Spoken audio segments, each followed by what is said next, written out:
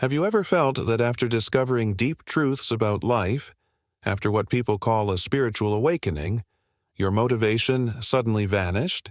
That the fire that once burned so brightly within you, pushing you toward your dreams, your career, your ambitions, now feels dim and meaningless?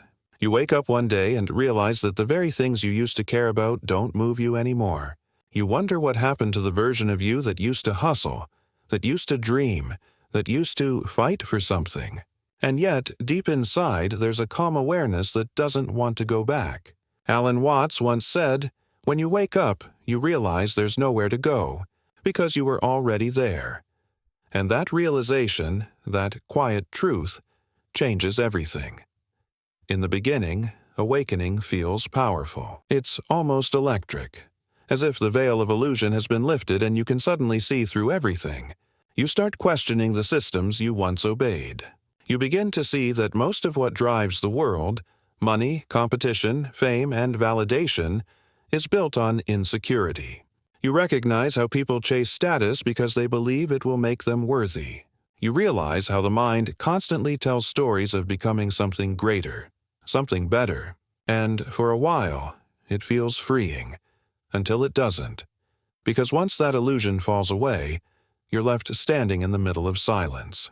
You feel like a stranger in your own life. The career goals that once made sense now feel hollow. The idea of success suddenly feels empty.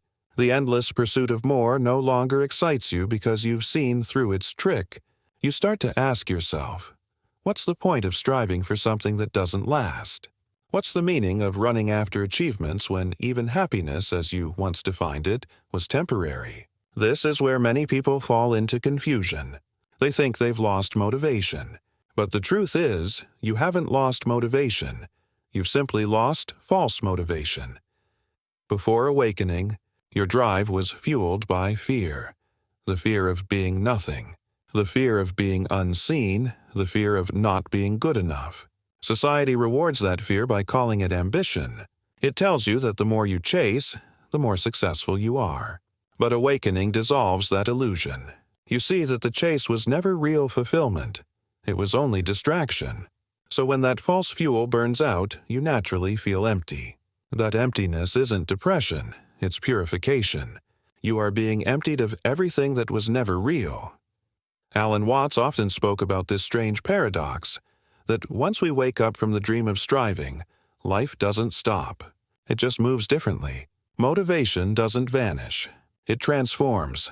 It becomes softer, calmer, wiser. You no longer move because you have to.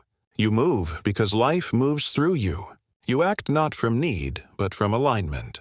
And when you act from that space, even small actions become sacred. After awakening, your old self starts to die. The identity that was built around goals, achievements, and expectations. You no longer feel attached to proving anything. You realize you were never in competition with anyone. The race was imaginary. And that's why, for a while, you feel lost. Because when the false purpose collapses, the real one hasn't yet appeared. You stand in that in-between, a quiet, still uncertain space. And that's where the ego panics. It says, you've lost direction. You've become lazy. You've failed. But that's not true. You are learning to live from a deeper intelligence, one that doesn't shout, but whispers. Think about nature. The ocean doesn't try to be vast. It simply is. The tree doesn't try to grow. It just grows. The sun doesn't struggle to shine. It just shines. In the same way, your real motivation after awakening comes from being aligned with your own nature. You don't chase, you flow. You don't control, you trust. You don't demand results. You allow them. Alan Watts described this as the art of effortless living. He said that when you stop resisting the flow of life, you discover that life itself was doing the work all along. But this transition isn't easy. The human mind has been conditioned for decades to believe that worth equals productivity. From childhood, we're taught to measure our value by how much we do. So when awakening takes that structure away, we feel naked. We feel as if something has been stolen. Yet, in truth, nothing has been lost. only revealed. You see that your worth was never tied to achievements, that your value never depended on effort. You were always complete, even when you were striving to become complete. And here's where the misunderstanding of motivation begins to dissolve. You start to see that true motivation doesn't come from wanting, it comes from being. The more you connect with the present moment, the more natural energy arises. You begin to feel drawn to things that resonate with your soul, not things that feed your ego.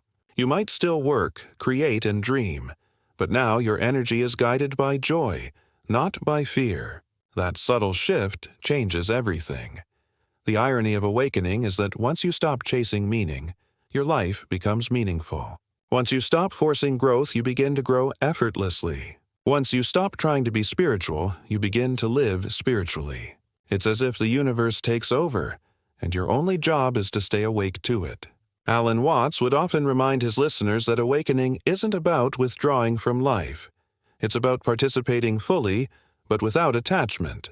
You can still have dreams, desires, and ambitions, but now they arise from love, not lack.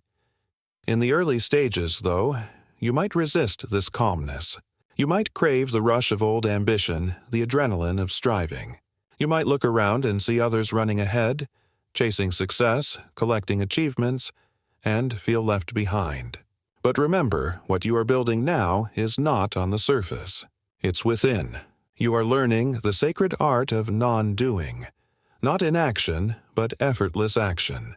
The Taoists call it Wu Wei, the state of acting without force. And that's what real motivation after awakening feels like. It's no longer a fire that burns wildly and consumes you. It's a steady flame that lights your path quietly. You wake up in the morning not because you have to, but because life invites you to. You act not to prove your worth, but to express it. You create not for recognition, but for joy. That is motivation purified. Motivation that arises from peace. And slowly, this new energy begins to rebuild your life from the inside out. You start noticing beauty in small things. You rediscover your curiosity. You feel drawn towards simple acts of kindness. You find joy in breathing, walking, or simply existing. This is the soul's natural state when it's no longer imprisoned by fear or ambition. You realize that your awakening didn't steal your motivation. It revealed its true source. Alan Watts beautifully said, "You are the universe playing hide-and-seek with itself." When you awaken, you stop pretending to be separate from the game. You realize that everything, your dreams, your struggles, your losses, your achievements, are all expressions of one infinite dance. The motivation that arises from this realization is pure. It's not about becoming something more. It's about remembering what you already are. You may not feel like chasing the world anymore, and that's okay. Because the moment you stop chasing, the world starts coming to you. Your life unfolds naturally, without strain, without force, guided by a wisdom deeper than the mind can comprehend. That is the quiet, invisible power of motivation after spiritual awakening. Effortless, boundless, and free.